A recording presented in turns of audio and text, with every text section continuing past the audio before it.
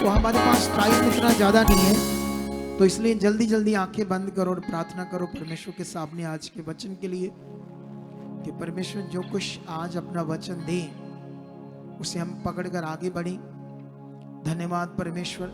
आप मेरे पीछे पीछे साथ साथ प्रार्थना कर सकते हो कि परमेश्वर तेरा पवित्र वचन हम जो सुनने जा रहे हैं तो निश्चय परमेश्वर हमें बुद्धि और समझ दे चुके हो कि इन शब्दों को, इन वचनों को हम पूरा अपने हृदय में रखें, आज्ञाकारी में रहें, वफादार बने, पूरी तरह वचन में हम चले। और परमेश्वर हम मांगते हैं यीशु मसीह के नाम से आप ऐसा हमें बना चुके हो ताकि हम आपको अपने जीवन से खुश करें। जो कुछ हम यहाँ से सीखें अपनी जान से भी बढ़कर उसे प्यारा समझ कर करें। सब परमेश्वर तेरी महिमा के लिए मैं विश्वास करता हूँ, करती हूँ। आज कोई अंधकार की शक्ति मेरे वचन को चुरा नहीं पाएगी। इससे मैं पूरा लाभ लूंगा, आगे बढ़ूंगा। ऐसा हो चुका है यीशु के नाम से, आमीन। तो अभी आप लोगों ने, जैसे आप बिलीवर्स हो और ये लोग जो बैठे हैं ये सेवक लोग हैं, पास्टर्स, ठीक है। तो याद रखना, मैं एक चीज आपको समझाना चाहता हूं। चाहे आप बिलीवर हो, चाहे आप पास्टर हो, लेकिन सबसे पहले वचन तो सबको पूरा करना पड़ेगा। जैसे मैं मैन ऑफ गॉड हूं तो मैं भी अपनी जिंदगी में वचन को पूरा करता हूं। इन दिनों में मैं काफी बड़ी प्रेर में हूं क्योंकि मुझे कुछ अब बड़ा करना है, बहुत कुछ बड़ा करना है। मेरी एक डिजायर है, वो जो दुनिया में मैं पूरी करना चाहता हूं परमेश्वर के साथ, तो उसे परमेश्वर पूरा करवा चुका है। लेकिन साथ साथ आपने ध्यान रखना है कि सेवक लोगों को भी कि ये भी रेगुलर बने।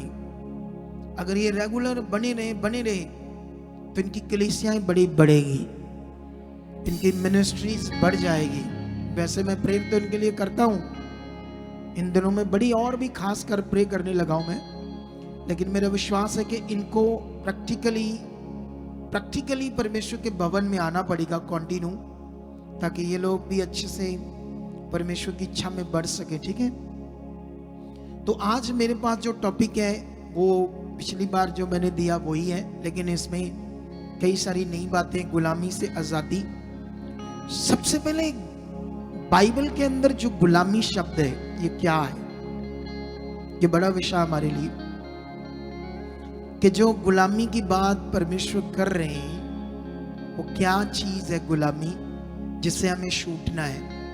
एक्चुअली ये गुलामी जो है ये है हमारी सोच, हमारी समझ, हमारी बुद्धि, ये गुलाम थी। कितनों को बात समझ आती है? आपकी सोच, समझ, बुद्धि ये गुलाम थी शैतान की, दुष्ट की। किसकी वजह से? आपके ब्लड के अंदर एक वायरस था, उसकी वजह से। जैसे कोरोना वायरस आया, इसी तरह हमारे खून में एक वायरस आया, उस वायरस का नाम था सिन वायरस। तो ये जो सिन वायरस था, जिसे हम कहते पाप का वायरस, जो हमारे ब्लड में था, इसके कारण नेगेटिविटी ने, दुष्ट ने हमारी सोच, समझ, बुद्धि को क्या कर लिया? गुलाम बना लिया। हम ये गुलाम थे। अब ये जो गुलामी थी ये खतरनाक विषय था, खतरनाक। और जानते ही यीशु में आने के बाद भी लोग इसके गुलाम होते हैं, इसीलिए वो अच्छा जीवन नहीं जी पाते, इसीलिए उनकी अच्छी जिंदगी नहीं होती।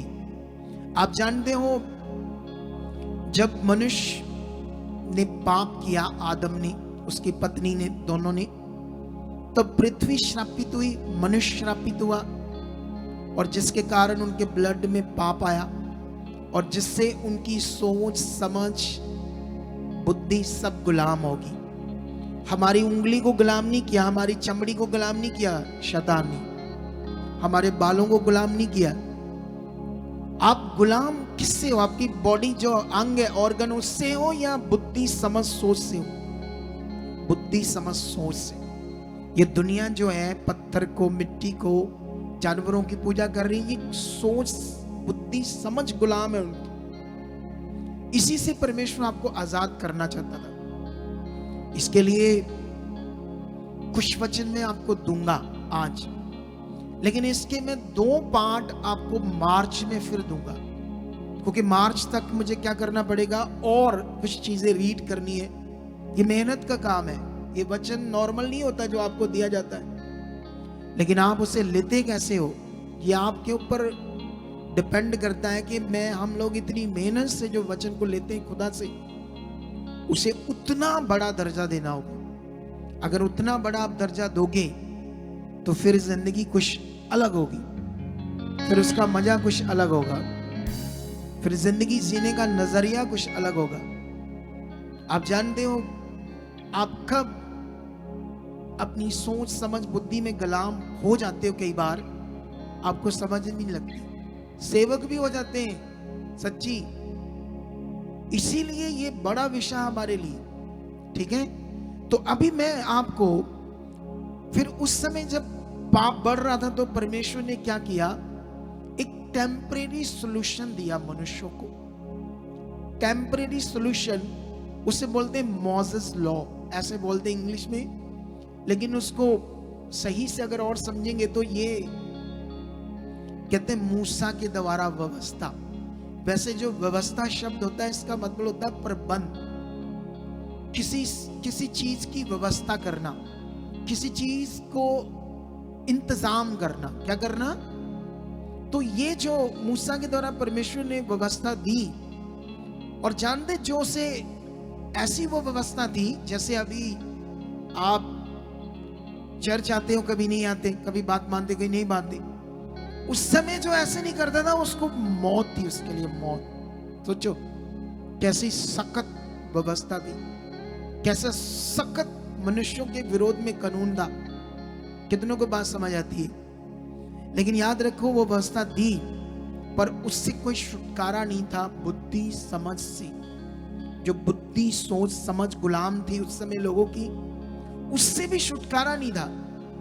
लेकिन एक्चुअल में उनको आत्मिक ज्ञान समझ नहीं आना था उस समय, क्योंकि अभी तक यीशु मसीह पैदा नहीं हुआ था। क्योंकि यीशु मसीह का जो भविष्यवाणी तो हो चुकी थी पूरी पृथ्वी को छुटकारा देने की, लेकिन उससे छुटकारे का जो प्रैक्टिकली नियम यीशु मसीह ने अपनी बॉडी से करना था वो तो पेंडिंग था। लेकिन इसीलिए पुराना नियम जब हम पढ़ते तो बहुत गड़बड़ है, बहुत कुछ गड़बड़ तुम्हें समझ आएगी वहां, मार धाड़ बहुत चीजें गड़बड़, क्योंकि गड़बड़ी का टाइम था, बड़ा खतरनाक गड़बड़ी का टाइम था। तो अभी भी जो लोग सच्चाई नहीं समझ रहे, वचन की अखंडता को नहीं समझ रहे, वचन की इंपॉर्टेंस को नहीं समझ पा रहे, वो लोग आज भी अपनी बुद्धि समझ सोच में नेगेटिविटी के क्या बने हुए हैं, गुलाम। लेकिन इसीलिए इससे आजाद होना हमारे लिए बड़ा जरूरी है। अगर हम आजाद नहीं हुए तो फिर हम वो जीवन नहीं देख पाएंगे जिससे यीशु मसीह ने हमारे लिए दिया। जबरदस्त जीवन है यीशु मसीह में, जबरदस्त, मतलब इतना जबरदस्त कि आप सोच नहीं सकते। तो वो जीवन अगर आप चाहते हैं तो फिर ज्ञान को समझना होगा, प्रैक्टिकल को समझना होगा, वचन को समझना होगा, इन सब बातों पर ध्यान देना होगा। तो आइए मैं आपको समझाने की कोशिश करता हूं। सबसे पहले मैं गलातियों का एक वचन आपके लिए पढ़ाना चाहता हूं आज, ठीक है। लेकिन मैंने आज जो वचन देने हैं, इसके बाद मैं मार्च में इसकी 2 मीटिंग्स करने जा रहा हूं इसी टॉपिक के ऊपर। वो और जबरदस्त प्रभावशाली टॉपिक होंगे इसी के ऊपर, ठीक है। लेकिन ये भी आपके लिए बहुत हेल्पफुल है आज, अगर ये वचन पकड़ोगे, ध्यान दोगे तो बहुत हेल्प करेगा ये वचन आपके लिए। तो शुरू करते हैं। गलातियों 5 का 1 से ऐसे लिखा, मसीह ने स्वतंत्रता के लिए हमें स्वतंत्र किया, अतः इसी में स्थिर रहो और दास्तव के जुए में फिर से ना जीतो। इधर देखो ध्यान से, ये जो वचन है इसे समझना होगा जो लिखा गया है। मसीह ने हमें आजादी के लिए आजाद किया और लिखा इसमें स्थिर रहो, इस आजादी में स्थिर रहो और गुलामी के जुए में फिर से मत जीतो। मतलब उस गुलामी में मत जाओ जिससे यीशु मसीह में तुम्हें छुटकारा मिला। अब गुलामी मैंने तुम्हें बता दी, गुलामी सोच समझ है। जितनी तुम्हारे जीवन में अनाज्ञाकारी है, जितनी चीजें तुम प्रभु की सुनते हो और तुम नहीं मानते, समझ लो तुम सोच समझ से अभी भी गुलाम हो। नेगेटिविटी तुम्हें करनी नहीं दे रही, नेगेटिविटी तुम्हें परमेश्वर के साथ खुलने नहीं दे रही, नेगेटिविटी तुम्हें वो जो खुदा के साथ वो आज्ञाएं जो नियम है जिनमें भरपूर जीवन है तुम्हारे लिए, वो तुम क्यों नहीं कर पा रहे? क्योंकि अभी भी कई चीजों में उसने तुम्हें गुलाम करके रखा है। कैसे छूटना है इससे, ये बड़ा विषय है। लेकिन अभी दास्तव का गुलामी, दास्तव मतलब गुलामी। और जानते हो ये साथ में वो लोग जिनके लिए लिखा गया था ये वचन, उनको वो अन्य जाति थे। गलातिया लोग जो थे अन्य जाति थे। अन्य जाति का मतलब वो यहूदी नहीं थे, वो यहोवा को नहीं जानते थे जन्म से, वो लोग यीशु को नहीं जानते थे। तो उनके भी भगवान थे। अलग अलग देशों में, ये जो चाइना, जितने भी देश है, अमेरिका, यूरोप, इनमें भी ये भगवान थे। ये वो भगवान नहीं थे जो इंडिया में थे। हर देश के अलग अलग भगवान थे। सोच कर देखो कैसा दुनिया में एक सिस्टम है। ये कहां से सिस्टम आया कि हर देश में अलग अलग भगवान है लोगों के पास? ये खतरनाक एक सिस्टम था, ठीक है। लेकिन इन चेलों ने जाकर देशों देशों में प्रचार किया और उनको समझ आया सच्चाई क्या है। तुम्हारे पास भी ये सच्चाई आई है, तुम इसे कितना पकड़ते हो ये आपके ऊपर है, ठीक है। लेकिन अभी मैं थोड़ा सा और पढ़ता हूं आगे ताकि आपको क्लैरिटी मिले। वहां पर गलातिया लोग जो थे वो पौलुस के द्वारा परमेश्वर को जान गए। उनके जो रीति रिवाज थे उन्होंने छोड़ दिए, उन्होंने रीतियां छोड़ दी। क्या कर दी उन्होंने? जो उनके जन्म से जो भी वो कुल के लोग थे, धर्म जाति के लोग थे, क्या क्या करना था, कैसे पत्थर मिट्टी चीजें थी, रीति रिवाज वो करते थे। लेकिन पौलुस के द्वारा उन्होंने छोड़ दिया। लेकिन जब छोड़ दिया तो वो पवित्र आत्मा का दान पा गए। लेकिन पवित्र आत्मा का दान पाने के बाद वो परमेश्वर के साथ चलने लगे। लेकिन पौलुस से भी पहले जो यहूदी लोग अगुए थे, उन्होंने आके गलातिया के लोगों को नेगेटिव किया। ये पौलुस बेवकूफ है, इसका दिमाग खराब है। जो मूसा की व्यवस्था है उसमें जो रीतियां करनी पड़ेगी उद्धार पाने के लिए, उन्होंने आकर नेगेटिव किया। और ये लोग, इनका मन आगे पीछे हुआ। जैसे अभी अलग अलग चर्चेस के लोग हमारे पास आते हैं तो यहां पर हम रीतियां तो करते नहीं, तो वो कोई ना कोई शैतान किसी से नेगेटिव करके उनको कहना नहीं, इनसे पहले ये देखो करते थे, ये रीति है, ये रीति है। समझ आया नहीं समझ आया? तो यहां पर क्या हो रहा है, पूरी बुक पढ़नी पड़ेगी। पूरी बुक पढ़ने के बाद आपको कॉन्टेक्स्ट समझ आएगा यहां हो क्या रहा था। वचन जो है ये बड़ा विषय हमारे लिए। मैं आप पर मेहनत करता हूं, आपको आसान करके वचन समझाता हूं, लेकिन तुम्हारा काम भी ये पकड़ना। जब तक तुम पकड़ोगे नहीं वचन को, तुम्हारे पास ऑप्शन है, ये मीटिंग इंटरनेट पर रहेगी, तुम 2 बार सुन सकते हो, ध्यान दे सकते हो, बाइबल रख सकते हो, आगे बढ़ सकते हो। तुम्हारे ऊपर है कितना आगे बढ़ना है। लेकिन यहां पर जब उन्हें नेगेटिव कर रहे थे तो यहां पौलुस उनको ये पत्री लिखकर ठीक कर रहा है। और जब तुम ये पढ़ोगे ना थोड़ा सा 3 का 1, यहां से और क्लैरिटी मिलेगी। 3 की 1 में लिखता है, निर्बुद्धि गलातियों, किसने तुम्हें मोह लिया? मोह लिया मतलब तुम्हें हिप्नोटाइज कर दिया अपनी बातों से। कई आज भी हो जाते हैं कई परमेश्वर के बच्चे हिप्नोटाइज शिक्षाओं के पीछे लगकर। और किसके पीछे नहीं लगते? खुदा के पीछे नहीं लगते, इंसानों के पीछे लग जाते हैं। कभी सफल नहीं होंगे जब सही से सीखेंगे नहीं तो। लेकिन यहां पर लिखा, तुम्हारी तो मानो आंखों के सामने यीशु मसीह क्रूस पर दिखाया गया। ये अटर्नली अंडरस्टैंड करवा दिया था उसने यीशु को, यीशु का काम क्या था, वो क्यों आया था, ये बात लिखी। अटर्नली आंखों से दिखाया गया मतलब इतना अंदर से उन्हें समझ आ गई थी, फिर भी शैतान ने उनकी जिंदगी में काम किया। मैं तुमसे केवल ये जानना चाहता हूं कि तुमने पवित्र आत्मा को क्या व्यवस्था के कामों से या विश्वास के समाचार से पाया? क्या तुम ऐसे निर्बुद्धि हो कि आत्मा की रीति से आरंभ करके अब शरीर की रीति पर अंत करोगे? आत्मा से जीवन को शुरू करके अब इन यहूदियों के पीछे लग के ये रीति रिवाज मटीरियलिस्ट चीजों को पकड़कर अपनी जिंदगी को फिर से जियोगे, वो समझा रहा है। कितनों को बात समझ आती है? लेकिन मुझे वापस इस वचन पर आना है। मैंने तो वो आपको समझाया कि गलातियों को लोगों को ये पत्री लिखी क्यों गई, लेकिन उसके बाद 5:2 में लिखा, देखो मैं पौलुस तुमसे कहता हूं कि यदि खतना कराओगे, खतना भी एक शरीर के साथ रीति थी। क्या थी? खतना भी क्या था? शरीर के साथ एक चाकू से थोड़ा सा शरीर को काटना। समझ आया कि नहीं समझ आया? एक रीति थी। कहता अगर खतना कराओगे तो मसीह से तुम्हें कुछ लाभ ना होगा। फिर भी मैं हर एक खतना कराने वाले को जताए देता हूं कि उसे सारी व्यवस्था माननी पड़ेगी। तुम जो व्यवस्था के द्वारा धर्मी ठहरना चाहते हो, मसीह से अलग और अनुग्रह से गिर गए हो। कोई भी रीति तुम्हें धर्मी नहीं ठहरा सकती, कोई भी दुनिया की रीति और यीशु मसीह की। तुम यीशु मसीह के बलिदान के द्वारा, उसके कर्म के द्वारा, और तुम जो विश्वास करते हो उस कर्म के ऊपर कि हाँ प्रभु ने मेरे लिए किया, हाँ उसने मुझे पाप से छुड़ाया, हाँ उसने कोड़े खाकर मेरी बीमारियों को खत्म किया, हाँ उसने लहू बहाकर मुझे पाप से, मौत से छुड़ाया, ये उसने काम किया। यह है आपका विश्वास, यही आपके लिए जीवन है। अगर आप इस विश्वास से भटक कर किसी भी तरह की मटीरियलिस्ट चीज को पकड़कर सोचो मेरी हीलिंग होगी, मेरी डिलीवरेंस होगी, मेरी चंगाई होगी, तो तुम गुलाम बन जाओगे अपनी सोच समझ बुद्धि में। असल चीज नहीं कर पाओगे, असल चीज तुम्हें करनी होगी। कितनों को बात समझ आती है? फिर तुम बड़े जीवन को देख नहीं पाओगे।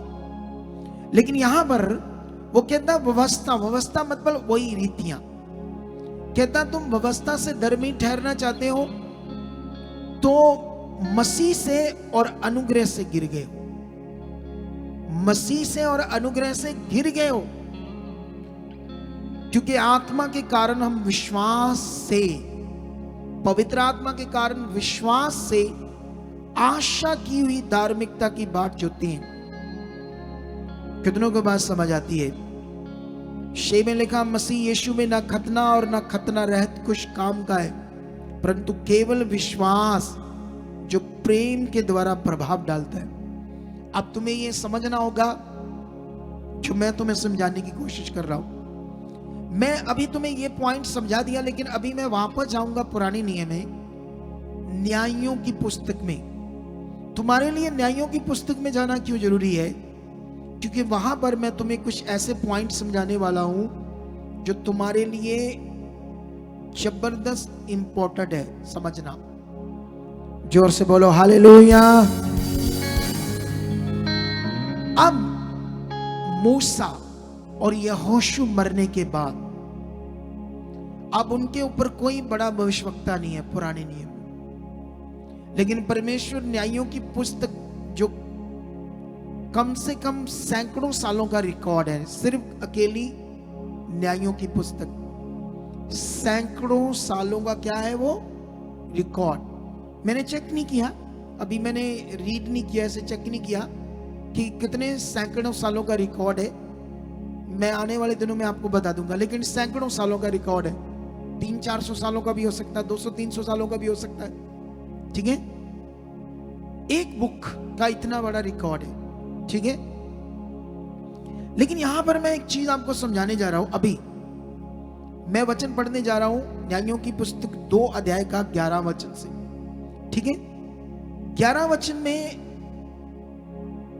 आपको मुझे समझाना पड़ेगा। और इससे पहले अगर हम बाइबल में चेक करते हैं तो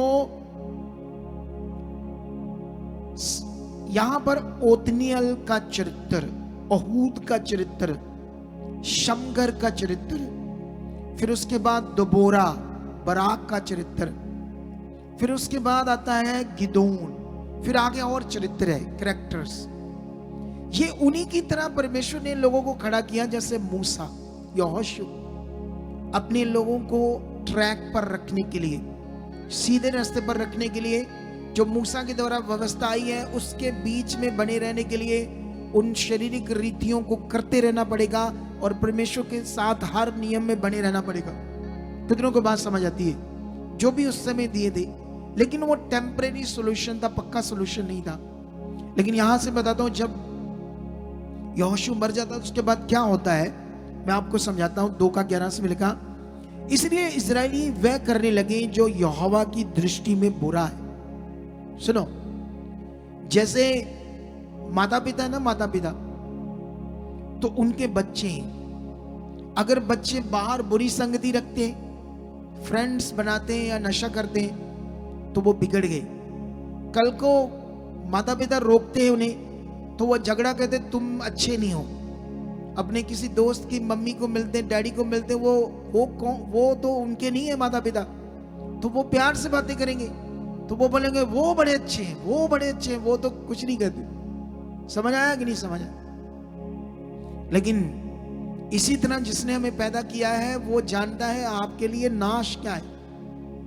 नाश से आपको बचाना चाहता है परमेश्वर, क्योंकि नियम है, जीवन परमेश्वर के साथ है और परमेश्वर के लॉ के साथ है।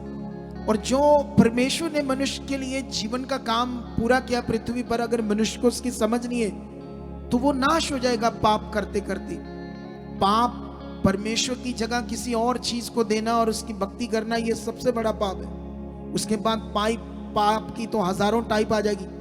लेकिन यहां पर क्या लिखा है?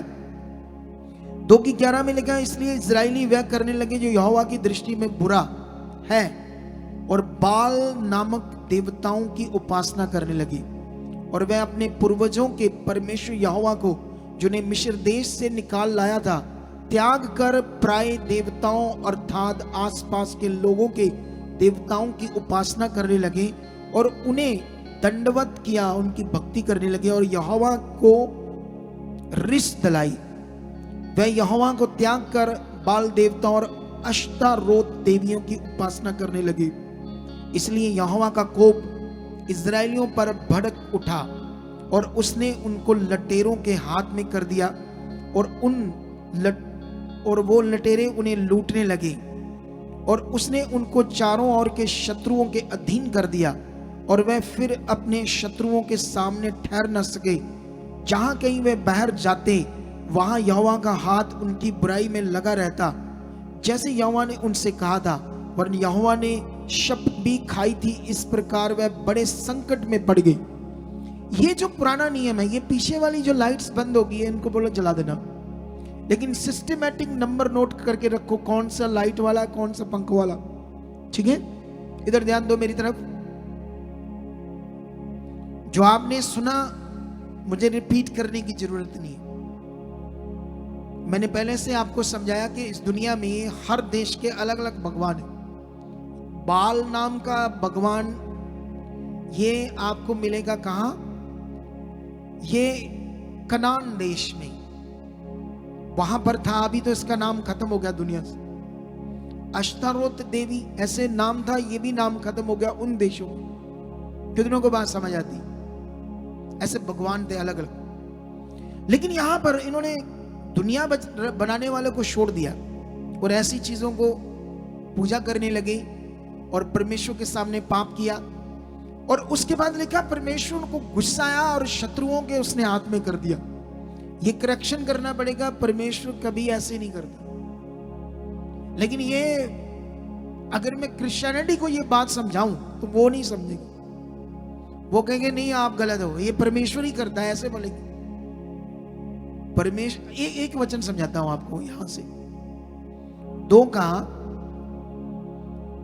इन्हें समझाओ को जो पहले ऑलरेडी स्विच लगे हुए हैं उनको क्यों छेड़ते हैं? इतनी तो बुद्धि चाहिए ना कि जो चल रहे स्विच लगे हुए हैं उनको क्यों छेड़ते हैं ये लोग? बात तो उनको करने की है ना। अभी ध्यान दो, यहां पर 2 का 18 वचन पढ़ते, क्या लिखा?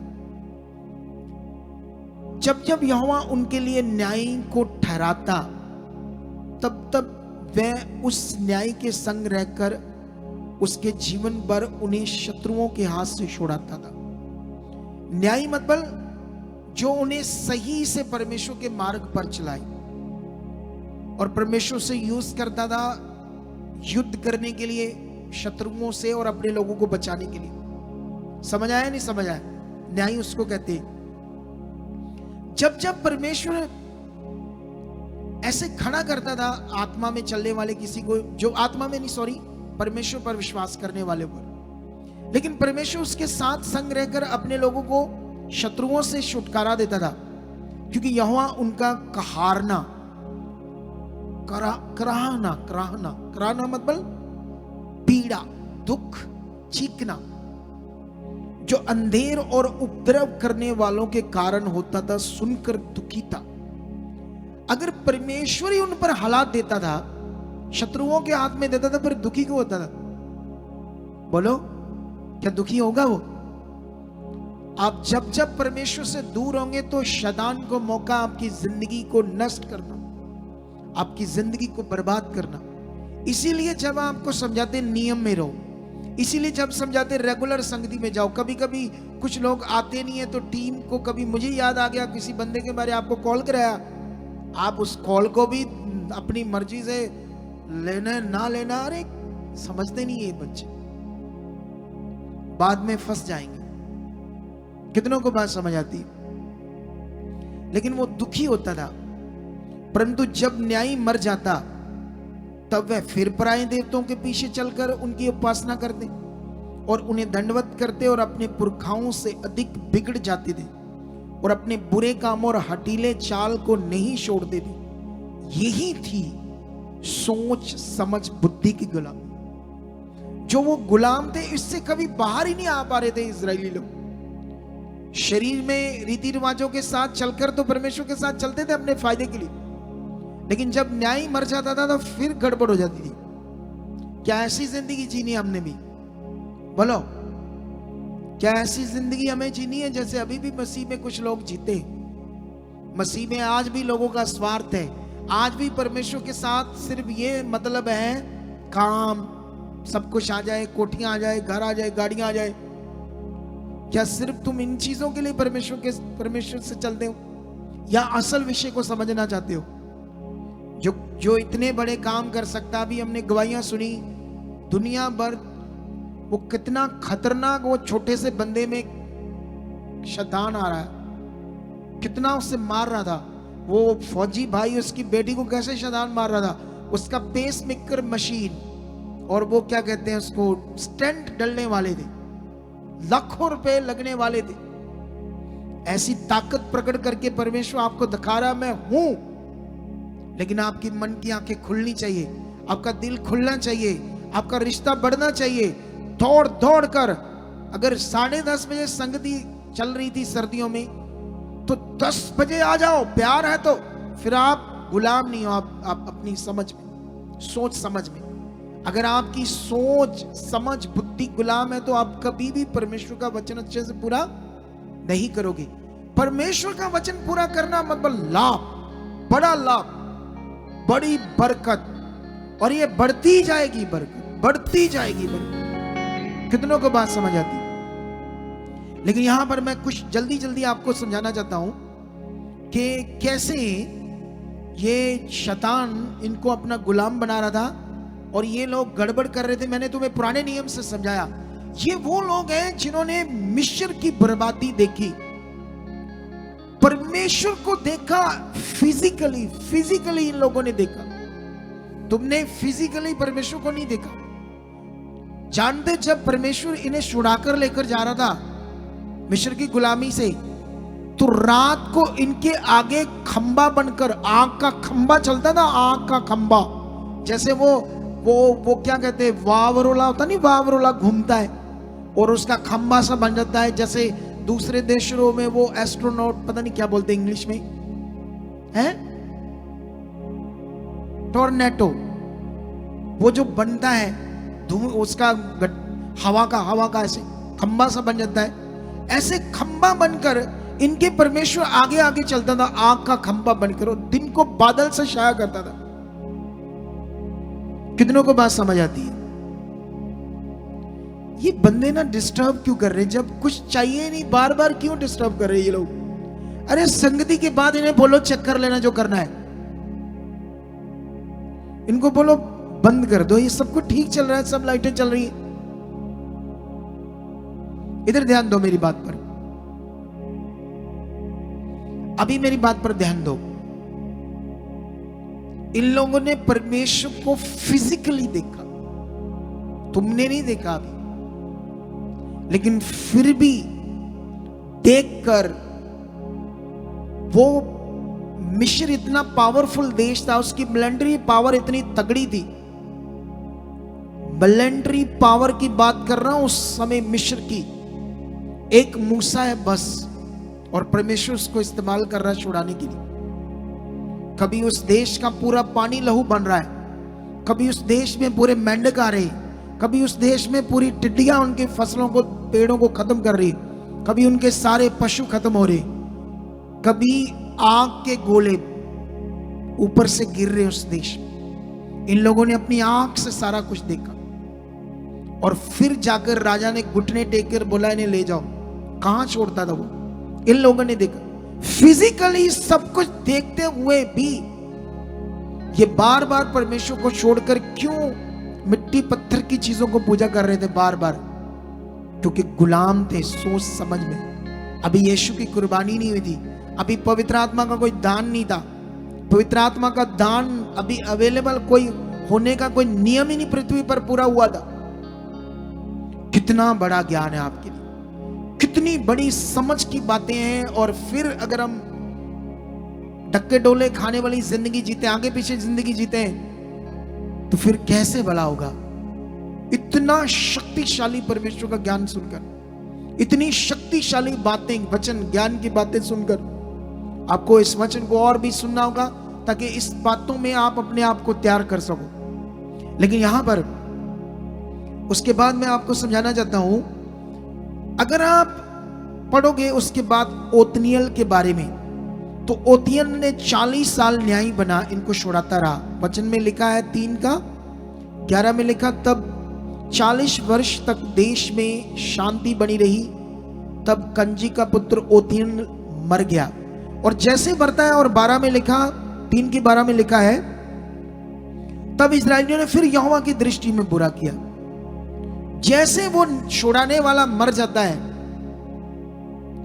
अगर आज एक अगुआ आपको छुड़ा रहा है, वो मर जाता है। मर जाने का मतलब 2 तरह का मरना है, एक तो रियल में मर गया, एक आत्मिक जिंदगी में मरा हुआ अगुआ है, बुराई करता है, सब गंदे काम करता है, शारीरिक अगुआ भी।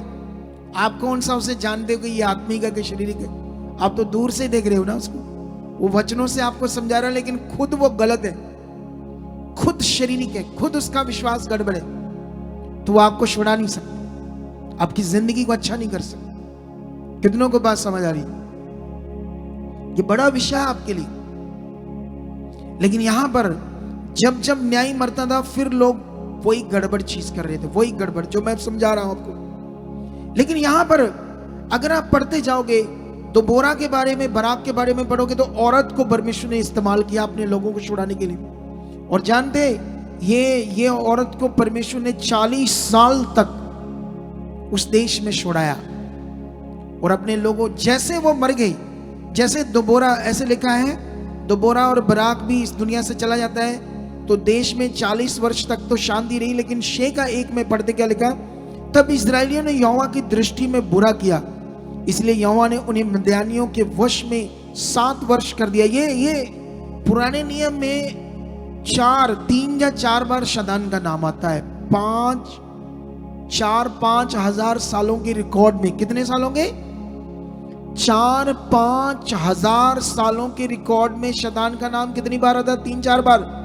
और नए नियम सिर्फ लिखित रूप में जो हमारे पास नया नियम है, वो 50 सालों का रिकॉर्ड है, जिसमें 100 से भी ज्यादा बार शैतान का नाम आता है, वो भी पूरा डायरेक्ट। पुराने नियम में कोई डायरेक्ट उसका कोई नाम नहीं है, सिंपल सा बीच में थोड़ा सा जिक्र आता है, क्योंकि पुराने नियम में शैतान को शो ही नहीं किया गया कि शैतान नाम की कोई चीज है। अगर परमेश्वर से शो करता तो वो तो उसे ही अपना पूरा ईश्वर मान लेते। कितनों को बात समझ आती? ये ना बच्चे हट ही नहीं रहे डिस्टर्ब करने को। इनको बोलो जो आपने करना है संगति के बाद कर लेना, अब सब ठीक चल रहा है, बार बार मत स्विच छोड़ो उनको, ठीक है। अभी ध्यान दो आप लोग, यहां पर लिखा 2 में मद्यानी इस्राएलियों पर प्रबल हो गए। मद्यानियों के डर के मारे इस्राएलियों ने पहाड़ों के गहरे खड्डों, गुफाओं और किलों को और अपने निवास बना लिया। सोच कर देख लो, तो उस समय इतना अंधकार था कि पूरी दुनिया की जातियां जो थी एक दूसरे से लड़ रही थी, मारकर उन्हें खत्म कर देती थी, उनकी पत्नियों को लूट लेती थी। ऐसा शैतान लड़वा रहा था उस समय, इतनी खतरनाक लड़ाइयां चल रही थी। इतिहास पढ़कर देखो, उसके बाद भी इतिहास पढ़कर देखो, अभी 1000 साल पहले का इतिहास पढ़कर देखो, इंडिया में कितनी खतरनाक लड़ाइयां चल रही थी। ये सब क्यों लड़ रही थी दुनिया? आज भी देश देश से लड़ रहे, क्यों लड़ रहे? पाप, सिन वायरस किसके गुलाम है? दुष्ट के। सोच समझ बुद्धि गुलाम है। इतना पाप बढ़ रहा है दुनिया में, आप सोच ही नहीं सकते। हम तो यीशु में, तो हम तो प्रेयर में रहते हैं, तो इतना खबर नहीं रखते इधर उधर की, लेकिन पाप इस हद तक बढ़ चुका दुनिया में, तुम सोच ही नहीं सकते। लेकिन अभी हम ही लोग हैं जो दुनिया को बचा सकते, हम ही लोग हैं जो गुड न्यूज देकर लोगों को सच्चाई में ला सकते, ताकि वो अनंत जीवन पाए, पाप से मुक्त हो जाए। मुक्ति का मतलब ही पाप से मुक्त होना, कोई और विषय नहीं है। और इसके लिए एक पवित्र कुर्बानी हुई, वो है यीशु। इस दुनिया में बिना पाप से पैदा हुआ कौन है जिसकी कुर्बानी हुई? समझ आया नहीं समझ आया?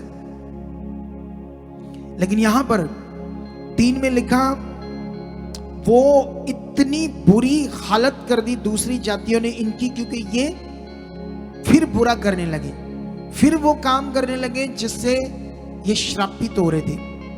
लेकिन अब जो पहाड़ों के गहरे खड्डे होती है, गुफाएं होती है पहाड़ों के बीच में, उनके अंदर छिप कर रहते थे बेचारे ये लोग। इतना बुरा हाल हो गया। जब जब इजरायली बीज बोते, तब तक मद्यानी और अमालेकी और पूर्वी लोग उनके विरुद्ध चढ़ाई करके, जब ये अपनी फसल बीजते थे खाना खाने के लिए, क्योंकि जिंदा कैसे रहेंगे बिना खाने से, तो वो दूसरी जातियां आकर क्या करती थी? 4 में लिखा, अज्जा तक छावनी डालकर भूमि की उपज नष्ट कर डालते थे, और इजरायलियों के लिए ना तो कुछ भोजन वस्तु और ना भेड़ बकरी, ना गाय बैल और ना गधा छोड़ते थे, क्योंकि वह अपने पशुओं और डेरों को लिए हुए चढ़ाई करते और टिड्डियों के दल के समान बहुत आते थे, और उनके ऊंट भी अनगिनत होते थे, और वह देश को उजाड़ने के लिए उसमें आया करते थे। और मद्यानियों के कारण इजरायली बड़ी दुर्दशा में पड़ गए। तब इजरायलियों ने यहोवा की दुहाई दी। कितनों को बात समझ आती? क्या तुम अपनी सोच बुद्धि समझ में गुलाम रहकर तब परमेश्वर के पास सही चलोगे, या तब आओगे जब आप हालात में आओगे, या आत्मा में गुलामी से मुक्त होकर उसके प्यार में बढ़ोगे, उसकी इच्छा में बढ़ोगे? कितनों को बात समझ आती? क्योंकि जितना बढ़ोगे, जितना नजदीक होंगे, उतनी जबरदस्त जिंदगी होगी, उतना जबरदस्त रोशनी का जीवन होगा। कितनों को बात समझ आती है? तो इसीलिए ये बात सीख लो। क्यों ये बार बार फंस रहे थे? क्योंकि ये गुलाम थे उस समय। यीशु की अभी कुर्बानी नहीं हुई थी, अभी पवित्र आत्मा का कोई दान नहीं था। समझ आया नहीं समझ आया? फिर गिदोन उठता है, गिदोन को स्वर्गदूत दर्शन देता है, गिदोन को वो शूरवीर कहता है। गिदोन कहता है, कहां शूरवीर? यहोवा ने तो हमारी सुधि नहीं ली, लेकिन उसने बताया वो तुम्हें यूज करना चाहता अपने लोगों को छुड़ाने के लिए। अगर उसने मुझे खड़ा किया तो आपको छुड़ाने के लिए। आपका काम है सीरियस रहना, आपका काम है संगति को सुनना, आपका काम है लगातार मीटिंग में आते रहना, आपका काम है, क्योंकि जब आपको परमेश्वर छूता है, जब आपके काम होते हैं, तो वो आपको कितना ऊंचा और आगे ले जा सकता है, ये आपको पता होना चाहिए। आत्मा में, ज्ञान में, वचन में, आज्ञाओं में। कितनों को बात समझ आती? अगर ये बात हमें अच्छे से समझ नहीं है, तो फिर वो आपकी बुद्धि और समझ को आपको गुलाम बना लेगा, फिर से आपको संसार में ले जाएगा, फिर से आप टपोरी काम करोगे, गड़बड़ काम करोगे, आपकी जिंदगी को वो नष्ट करेगा, बीमारियों से, हालातों से दुष्ट, लेकिन परमेश्वर के पास हमारे लिए जीवन है। हम कितनी गवाहियां आज देख रहे थे, कितने बड़े काम आप सुन रहे थे आज। याद रखो, ये बड़े काम, बड़ी गवाहियां परमेश्वर की प्रेजेंस को दर्शा रही, परमेश्वर की होंद को बता रहे कि वो जिंदा खुदा है। धन्यवाद प्रभु, मैं बढ़ चुका। धन्यवाद प्रभु, मेरा मन खुल चुका। ये जो मैं ज्ञान सुन रहा हूं इसमें मैं पूरा कर रहा हूं। लेकिन अभी हम जाएंगे वचन में, इसका 8 का लगभग ये वचन मिलेगा हमें 28। ये न्यायों की पुस्तक, ऐसा लिखा है, इस प्रकार मिद्यानी इजरायलियों से दब गए। किससे? गिदोन के कारण। बीच में जो देखोगे तो बड़ा युद्ध है, पूरी तरह से हरा दिया गिदोन के द्वारा इजरायलियों ने। वो इजरायलियों जो खड्डों में और गुफाओं में छुप कर मर मर कर जिंदगी जी रहे थे, लेकिन जब इसने वचन पूरा किया, किसने? गिदोन ने। इसको परमेश्वर ने यूज किया और सारे देश को छुड़ाया। लेकिन यहां पर ऐसे लिखा है, इस प्रकार मिद्यान इजरायलियों से दब गया और फिर सिर ना उठाया। और गिदोन के जीवन भर अर्थात 40 वर्ष तक देश चैन से रहा। अगर 29 से पढ़ोगे तो वो मर गया। कौन? गिदोन। उसके बाद पढ़ना, फिर वही गड़बड़, जैसे आज लोग गड़बड़ कर रहे। आज भी गड़बड़ गड़बड़ गड़बड़ जीवन जीते हो तो नेगेटिविटी आपके जीवन को स्टॉप करती है। परमेश्वर के साथ आपकी आशीषों को स्टॉप कर देती है। जो कुछ आपके लिए लाभ, चीजें, बरकत, आशीषें उसने रखी है, उस पर वो स्टॉप लगाता है और आपके जीवन को गड़बड़ करता है। इसीलिए सतर्क रहो, इसीलिए चौकस रहो, इसीलिए लगा जागते रहो, ध्यान दो, मैं परमेश्वर के साथ। इन बातों पर तुम्हें अभी बढ़ने की जरूरत है और ज्यादा। ये साल है इस मिनिस्ट्री का सबसे बड़ा साल है। ये भविष्यवाणी हो रही है। इस साल जो परमेश्वर आपको वचन देगा उस पर आपको फोकस बनाना होगा। इस साल जो वचन है उस पर आपको ध्यान देना होगा और अपने आप को इंप्रूव करना होगा परमेश्वर के साथ। अपने आप को अंगीकार करना होगा, मेरा विश्वास बढ़ चुका, मेरा मन बढ़ चुका, मैं खरा वफादार बन चुका, मैं हर नियम, हर आज्ञा खराई से पूरा कर रहा हूं, मैं ऐसा बन चुका। ऐसे आपको अंगीकार, ऐसे आपको प्रैक्टिकल करना पड़ेगा। अपनी प्रार्थनाओं में हमने प्रेयर पिलर शुरू किया, रोज 7:30 बजे उसमें बनो, अपने आप की उन्नति करो। देखना बीमारियां हवा में उड़ जाएंगी, बड़े बड़े मार्ग खुल जाएंगे यीशु मसीह के नाम से। लेकिन यहां पर मैं आपको जल्दी जल्दी लेकर जाना चाहता हूं रोमियो की पुस्तक में, ठीक है? यहां से थोड़ा सा ज्ञान देना चाहता हूं, ज्यादा नहीं, क्योंकि मैं चाहता नहीं ज्यादा लेट हो, ठीक है? इसका मैं चाहता हूं 3 चैप्टर में। यहां आपके लिए कोई बात है जो आपको समझानी बड़ी जरूरी है। अगर 3 का 20 पढ़ोगे तो ऐसे लिखा, क्योंकि व्यवस्था के कामों से कोई प्राणी उसके सामने धर्मी नहीं ठहरेगा, इसलिए कि व्यवस्था के द्वारा पाप की पहचान होती। पुराने नियम में परमेश्वर ने कहा चोरी नहीं करना, तो व्यवस्था में ये लिखा था। तो वो बात से उन लोगों को पता चला अच्छा चोरी करना गलत है, लालच नहीं करना, व्यवस्था में लिखा था। लेकिन व्यवस्था में और भी बड़ी रीतियां थी, जानवरों का बलिदान करना, मटीरियलिस्ट चीजों के साथ परमेश्वर के सामने कुछ चीजें ऐसी करनी, बहुत चीजें थी। 616 आज्ञाएं थी पुराने नियम की व्यवस्था में, और कठिन भी बड़ी थी, कुछ सख्त बड़ी थी। जरा सी गलती और मौत, ऐसे था पुराना नियम। कोई दया नहीं थी, कोई अनुग्रह नहीं था पुराना नियम। लेकिन व्यवस्था के कामों से कोई परमेश्वर के सामने धर्मी नहीं ठहर सकता था। लेकिन 21 से पढ़ते क्या लिखा, परंतु अब व्यवस्था से अलग परमेश्वर की वह धार्मिकता प्रकट हुई है जिसकी गवाही व्यवस्था और भविष्यवक्ता देते। पुराना नियम एक ऐसी धार्मिकता की गवाही दे रहा था, पुराना नियम, कि परमेश्वर पृथ्वी पर अनुग्रह करेगा, कुंवारी से एक बच्चा पैदा होगा और परमेश्वर पूरी दुनिया को छुड़ाएगा। पहले से ये भविष्यवाणियां, पहले से वचनों में ये लिखा गया था परमेश्वर क्या करने वाला है। लेकिन व्यवस्था से अलग परमेश्वर की धार्मिकता जो हम कर रहे हैं, हमें समझ होनी चाहिए हमारी धार्मिकता क्या है। और धार्मिकता से, व्यवस्था से अलग धार्मिकता प्रकट हुई जिसकी गवाही व्यवस्था और भविष्यवक्ता देते, अर्थात परमेश्वर की वह धार्मिकता जो यीशु पर विश्वास करने से सब विश्वास करने वालों के लिए है, क्योंकि कुछ भेद नहीं, इसलिए कि सबने पाप किया और परमेश्वर की महिमा से रहते सब पापी थे, कोई कनेक्शन नहीं हो सकता था परमेश्वर के साथ, और उसकी महिमा, उसकी ग्लोरी उन पर नहीं आ सकती थी पाप के कारण। उस सोच समझ की गुलामी थी हमारी। लेकिन यहां पर और क्या लिखा,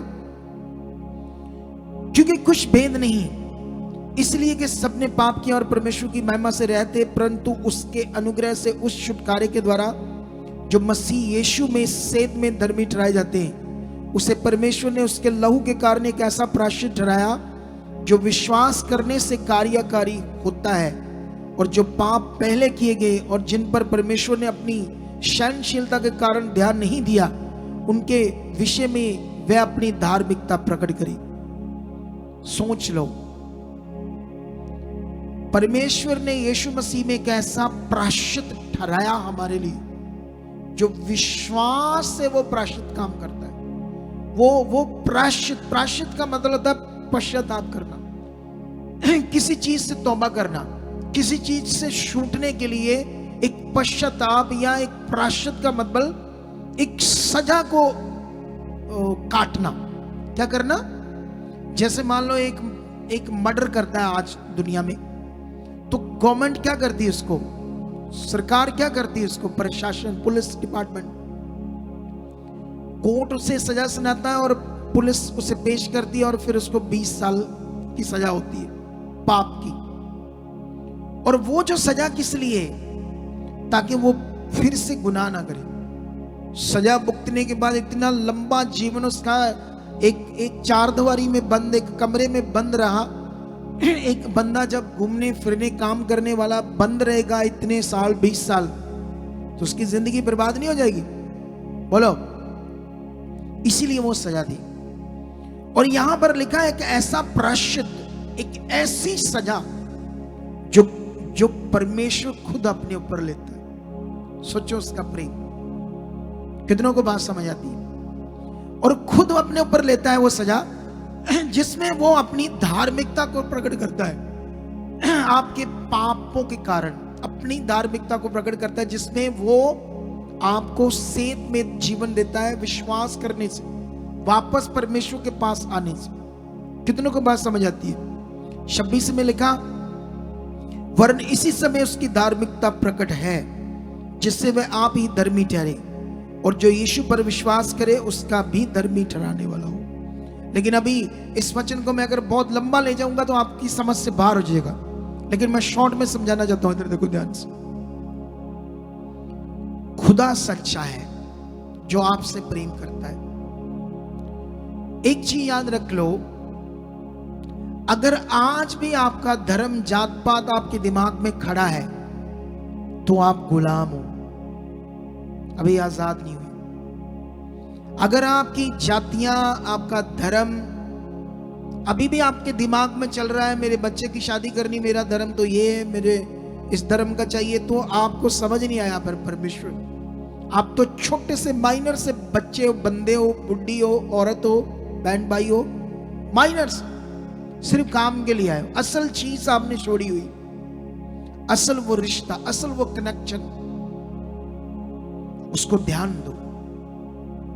यहां कोई धर्म, जात पात नहीं। अगर ये है तुम्हारे अंदर, तो तुम अभी भी अपनी सोच समझ बुद्धि में गुलाम हो, दुष्ट, अभी आजाद नहीं। जिसके लिए यीशु मसीह आया था तुम्हें आजाद करने के लिए, अच्छी जिंदगी जीने के लिए, शांत, फ्री, जिसमें तुम्हारा विश्वास अच्छे से काम करे, तुम्हारे विश्वास से परमेश्वर की पावर प्रकट हो। क्यों कभी कभी यीशु मसीह में इतने साल रहकर लोग हील नहीं होते? क्योंकि रीतियों को इस्तेमाल करते रहते हैं, बुद्धि से, समझ से वो गुलाम रहते हैं। परमेश्वर के साथ जो कनेक्शन और फेथ बनना, वो बन ही नहीं पाता उनका, इसीलिए वो हीलिंग नहीं ले पाते। हम क्यों इतने लोगों को हील कर पा रहे हैं? हम क्यों ऐसे लोगों को जो इतने पुराने प्रभु में चलते हैं और उनकी डिलीवरेंस कराते हैं? सही ज्ञान की वजह से, सही शिक्षा के कारण, सही फेथ की समझ के कारण। और जो मैंने तुम्हें समझाया है, अब जो प्रबंध है वो पवित्र आत्मा का प्रबंध है, और पवित्र आत्मा क्या करेगा? आपकी सोच समझ बुद्धि को आजाद कर देगा। यही एक तरीका है। लेकिन पवित्र आत्मा के बारे में तो हमारे लोगों को इतनी समझ नहीं है। पवित्र आत्मा को कभी मांगा नहीं जाता, इनवाइट नहीं किया जाता प्रार्थना में। वो एक ही बार आपके अंदर आ जाता है। फिर उसके साथ जीने का एक कानून है जो लोगों को आज सिखाया नहीं जा रहा। सिर्फ बात करते हैं, हाँ पवित्र आत्मा मांगो, पवित्र आत्मा ऐसा है, पवित्र आत्मा ऐसा है, लेकिन इसकी जो असल टीचिंग है पवित्र आत्मा के द्वारा चलने की, वो लोगों को समझ नहीं है। जिसलिए आज भी अपनी सोच समझ बुद्धि में क्या बन जाते लोग, गुलाम रहते हैं, जिस कारण अच्छा जीवन नहीं होता है। कितनों को बात समझ आई? तो ये डीपली चैप्टर था आज आप लोगों के लिए। क्या आपको समझ आया? क्या पुराने नियम में जैसे वो परमेश्वर की फिजिकल ताकत को देखने के बाद, फिजिकल मतलब उन्होंने अपनी आंख से ऐसा कुछ देखा था जिसे देखकर भी वो बार बार परमेश्वर से दूर हो रहे थे, क्योंकि नेगेटिविटी इस हद तक काम कर रही है, आज भी काम कर रही है, लेकिन जो आत्मा से नहीं चलते। इसीलिए कुछ लोग इतनी बड़ी चंगाई लेने के बाद भी परमेश्वर के साथ अच्छे से नहीं चलते, इतना बड़ा काम लेने के बाद भी फिर अपने कामों में लग जाते हैं, क्योंकि बुद्धि बंद कर देती नेगेटिविटी, ताकि जो अगले लाभ उन्हें ना मिले। जिसने तुम्हें एक छुटकारा दिया, जिसने तुम्हारी बीमारी को दूर किया, वो तुम्हारा घर सोना चांदी से भर देगा परमेश्वर। सोना चांदी का मतलब ब्लेसिंग, इतना ब्लेस कर देगा, इतना तुम्हें बढ़ा देगा।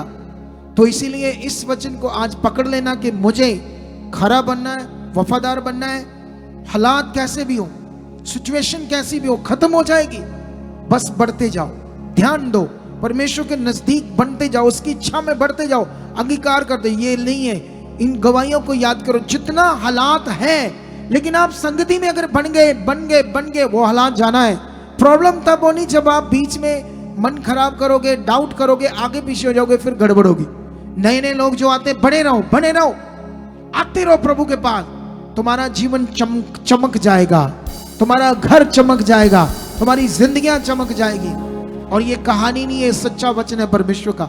इसका लाभ सच्चा होगा, इसका फल सच्चा और पावरफुल होगा। कितनों को बात समझ आती है? वो पेपर यहां रख दो जो अनाउंसमेंट वाला, सुनो तो ध्यान दो। अभी हमने 20 बोना, लेकिन उससे पहले एक बात सुनो। अगले थर्सडे यहां पर संगति नहीं है मॉर्निंग को, क्योंकि अगले थर्सडे हमारा मोहाली में रिवाइवल मीटिंग है, बड़ी संगति है, शाम को 5 बजे। अगर कोई जाना चाहता है, दूर तो है, इधर दोपहर को चलना पड़ेगा, रात को पता नहीं आना पड़ेगा, 1:30, 2, 2:30, 3 बज जाएंगे इधर वापस आते। ठीक है, तो आपके ऊपर है, आप जाना चाहते हो, संगति का आनंद लेना चाहते हो, मजा लेना चाहते हो जिंदगी का, परमेश्वर के कामों का, तो आपके ऊपर है। ठीक है, अगर आपने जाना है, आप सोचते हो मैं कैसे जाऊंगा, मेरे पास तो कोई साधन नहीं है, तो हम बस से करेंगे कुछ यहाँ अपने टीम को लेकर जाने के लिए, वॉलंटियर्स को, वर्शिप टीम को। तो उनमें अगर आप लिखाओगे कि मुझे भी जाना, मैं किराया दूंगा अपना, तो किराया कितना होगा ये आपको बता देंगे। अगर आप जाना चाहो तो लिखा सकते हो, क्योंकि अगले थर्सडे दिन को मीटिंग नहीं होगी, रात को वहां होगी मोहाली में। ठीक है, समझ आया कि नहीं समझ आया? और आपने जो भी अलग अलग स्टेट्स के लोग हैं, उस मीटिंग को देखना, शेयर करना है, ताकि उसमें कैसे परमेश्वर मुझे यूज करेगा। वहां भी परमेश्वर, हम अपनी ब्रांच खोलने वाले हैं वहां पर, बड़ी वाली ब्रांच, सारी बातें चल रही है। तो जैसे ये चल रही है बातें, ये हमें परमेश्वर यूज कर रहा, बढ़ा रहा है अपने काम के लिए, रूहों को बचाने के लिए, ताकि लोगों के पास सही ज्ञान जाए। अगर परमेश्वर के साथ मेरी शिक्षा खरी है, जो शिक्षा मेरे पास खुदा से आई है, दुनिया को जरूरत है ना इसकी, तो एक दिन दुनिया की सबसे बड़ी ये मिनिस्ट्री होगी आपकी आंखों के सामने। और जिन लोगों ने इसको छोड़ दिया होगा, वो बाद में पछताएंगे, कितनी बड़ी गलती होगी। हमारी तो एक पोस्ट थी यहाँ, हमारा तो एक लेवल था यहाँ, हमने ठोकर मारी थी परमेश्वर की सच्ची मिनिस्ट्री को, बाद में पछताएंगे वो लोग। और ये आपकी आंख के सामने होगा, 100% होगा, क्योंकि ये जो ज्ञान है ये इतना बड़ा है जो मैं आपको दे रहा हूं, और ये सब पवित्र आत्मा के द्वारा आ रहा है। क्योंकि मैं किसी रीति में हूं ही नहीं, मैं कोई रीति को मानता ही नहीं हूं, मैं तो आत्मा के जीवन को मानता हूं, मैं आत्मा से चलता हूं। प्रे में रहता हूं और परमेश्वर के साथ कनेक्शन बनाकर रहता हूं, वही मेरे मन को खोलता है, वही मुझे वचन देता है। मैंने यहां बोला मुझे अभी आधा वचन मिला है, मैं अंदर गया और प्रेयर की, परमेश्वर को कहा परमेश्वर जल्दी कर दो, फिर मुझे आधा भी मिल गया और मैंने अपने टॉपिक को परमेश्वर से लेकर आपको बता दिया। अब इतना बड़ा ये टॉपिक था, इतना अंडरस्टैंड करने वाला ज्ञान था, इसे पकड़ कर रखना है, ठीक है। तो अभी आइए, हर नियम हर आज्ञा जो हम मानते हैं, आज प्रभु भोज है, तो प्रभु भोज के बारे में 20 इकट्ठा करने के बाद मैं 2 मिनट आपसे बात करूंगा, ठीक है। तो अभी हम अपना सीन बोएंगे, ऑनलाइन जो अपने घरों में देश विदेशों में बैठे हैं वो लोग और यहाँ के जितने लोग हैं, ठीक है, आप लोग सारे ध्यान दो। कैमरे वाले कहां गए बंदे सारे, ये अंदर चले गए सारे बंदे, कमाल है ये बंदे। जो मेन बंदे 2 थे, मुझे इस चीज से ना थोड़ा सा बनना में है, देख लो मेरे मुंह से कोई बात निकलेगी, कितने अजीब, बाहर भी नहीं आते, सुनकर भी नहीं बाहर आते, जबकि ये टाइम होता है सीन देने का, ये देखने का, अंदर चिपक कर बैठे। वो टुल्लू बाहर आ जाओ, समझ आया नहीं मेरी बात, सुनती कि नहीं सुनती, फिर मैं कुछ और बोलूंगा ज्यादा। वो 2 बंदे बस बाहर आ जाओ जो पहले से देख रहे थे बात।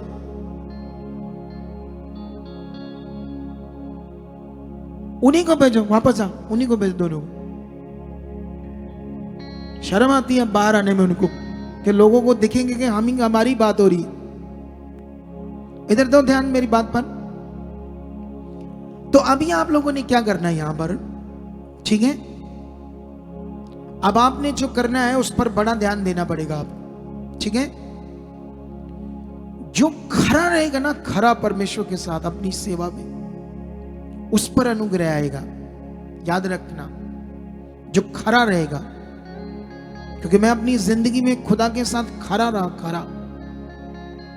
ये सीन देते रहना पड़ेगा, काम करते रहना पड़ेगा, रेगुलर ध्यान देते रहना पड़ेगा, क्योंकि ये किसी मनुष्य का काम नहीं है।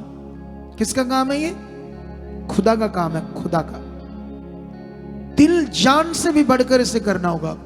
इधर देखो ध्यान से, आप खुदा के घर में आते, दिल जान से भी बढ़कर आओ, सोच समझ से भी ज्यादा बढ़कर आओ, इतने सच्चे दिल से उसके पास आओ। ये करो, आप सबको ये करने की जरूरत। हालेलुया।